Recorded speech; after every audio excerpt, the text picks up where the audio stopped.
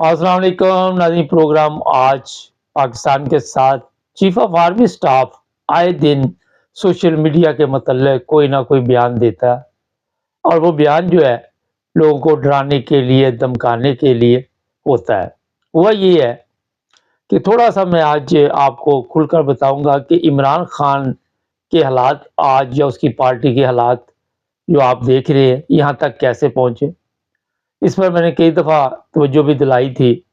کہ عمران خان صاحب کے پاس پاور نہیں تھی، اور انہوں نے بے شمار دشمن بنا لیے۔ امریکہ سے بھی پنگا لے لیا، یورپ سے بھی پنگا لے لیا،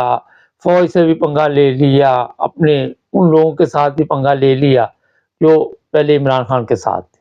ہر طرف دشمن ہی دشمن تھے، اور ان تمام دشمنوں نے پھر مل کر عمران خان کی پارٹی کے ساتھ جو ظلم کیا، جو حال کیا، وہ اب سب کے سامنے۔ اب عمران خان صاحب خود بھی جیل میں ہیں، چند وکلاء ہیں، مگر آہستہ آہستہ لوگ جو ہے عمران خان کے حق میں آواز تو اٹھا رہے ہیں، کامیابی نہیں مل رہی۔ اور اس کی وجہ یہی ہے کہ اوپر سے سخت دباؤ ہے، جو کہ ہمارے طاقتور لوگ ہیں وہ تشدد کر رہے ہیں، لوگوں کو ننگا کر رہے ہیں، لوگوں کے اوپر دہشت پھیلانے کی کوشش کی جا رہی ہے۔ ہر وہ طریقہ آزمایا جا رہا ہے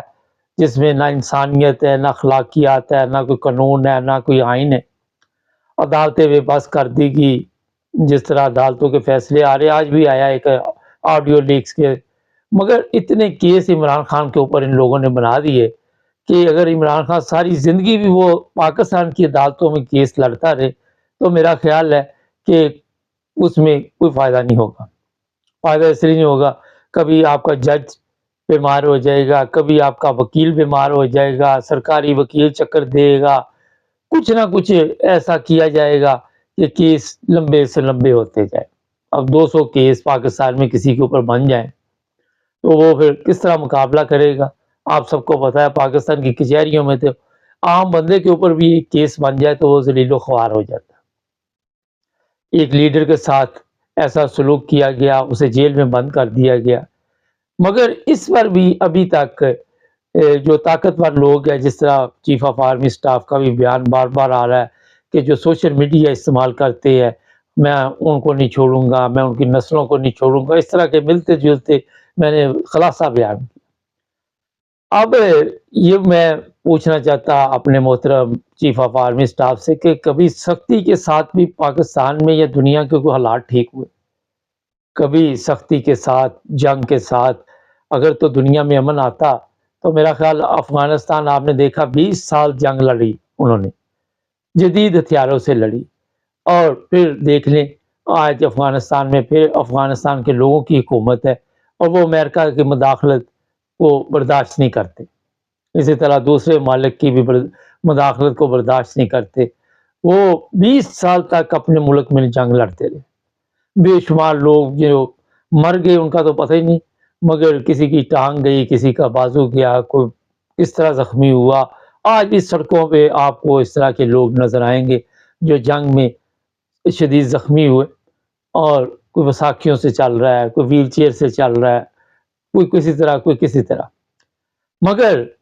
جب بڑی قوت امریکہ نے دیکھا کہ 20 سال تک ہم نے اپنا اتنا خرچہ بھی کیا، کھجل خراب بھی ہوئے، انہوں نے ایک خط کے ذریعے پاکستان کا سسٹم چینج کر دیا۔ آج جس طرح چیف آف آرمی سٹاف کو اپنی عوام کے خلاف کیا جا رہا ہے، سوشل میڈیا پہ اگر کوئی بات ٹھیک کرتا ہے، کوئی مشورہ دیتا ہے تو صاحب غصے میں آ کے بیانات دیتے ہیں اور کہتے ہیں میں ان کو چھوڑوں گا نہیں، ان کو بچوں کو نہیں چھوڑوں گا، میں ان کے ساتھ ایسا سلوک کروں گا کہ یہ یاد رکھیں۔ اسی طرح جن پارٹیوں کے خلاف آج ہمارے چیف آف آرمی سٹاف کہہ رہے ہیں کہ جناب یہ بے ایمان تھے، انہوں نے لوٹ مار کی ہے، میں ان سے بھی پیسہ لے کے آؤں گا، کیا اس وقت ہماری جو پاک فوج ہے اس کے جرنیلوں کو نہیں پتا تھا کہ یہ لوٹ مار کے لیے 16 مہینے کے لیے آئے ہوئے؟ یہ پچھلے 35 سال سے ملک کی جو لوٹ مار ہو رہی، وہ اس کا ذمہ دار کون ہے؟ اس چیز کا ان کو علم نہیں تھا؟ علم ہوگا، مگر کیونکہ اس میں حصے دار تھے تو اس وقت ان لوگوں نے اس طرح توجہ نہیں دی۔ آج میں دیکھ رہا تھا سوشل میڈیا پہ خواتین ہیں وہ کہتی دوائی لوں بچے کی یا میں بل جمع کراؤں، بچے کا خون ٹیسٹ کروانا ہے۔ ماں تھی پریشان تھی، کہتی ہم بھی اس ملک کی بیٹیاں ہیں، ارے کاش ان لوگوں نے اس ملک کی آپ کو بیٹی سمجھا ہوتا، آپ کو سمجھا ہوتا کہ یہ اس ملک کی بیٹیاں ہیں تو آج پاکستانی قوم کی یہ حالت نہ ہوتی۔ اگر اربوں روپے ان کے گھروں سے مل رہی ہیں، کبھی کسی نے نہیں توجہ دی کہ یہ قوم کے بیٹے جو آج سوشل میڈیا پہ جائے، میرے سٹیٹس پہ ویڈیو لگی ہوئی ہے،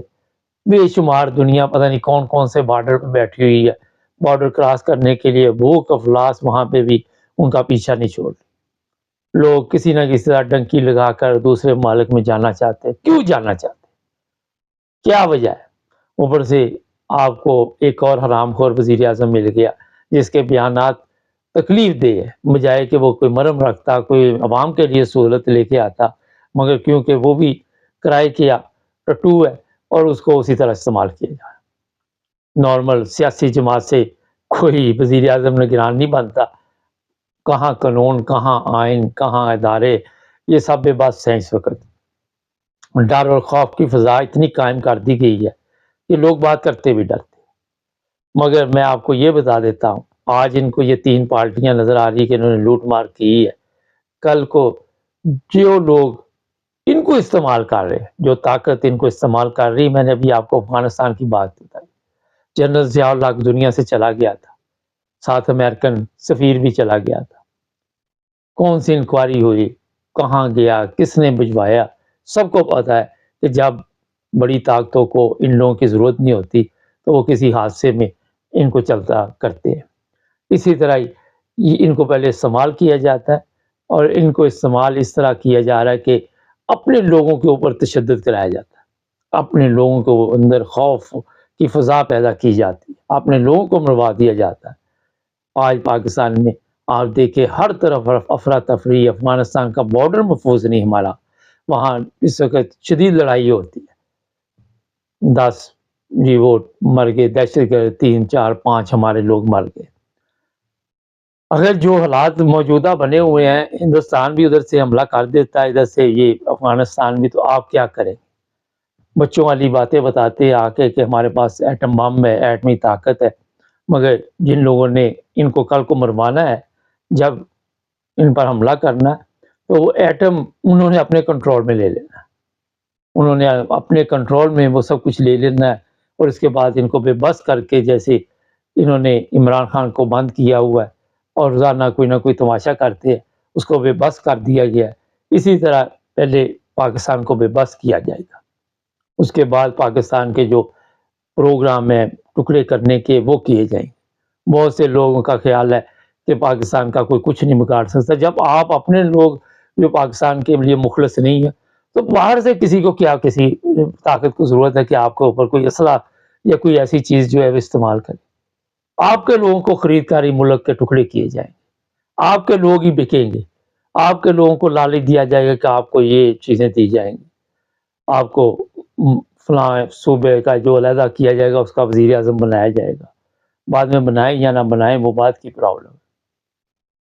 آج پاکستان کی عوام اور فوج کو ایسی جگہ پہ کھڑا کر دیا گیا ہے کہ ایک دوسرے کو برداشت نہیں کر رہے۔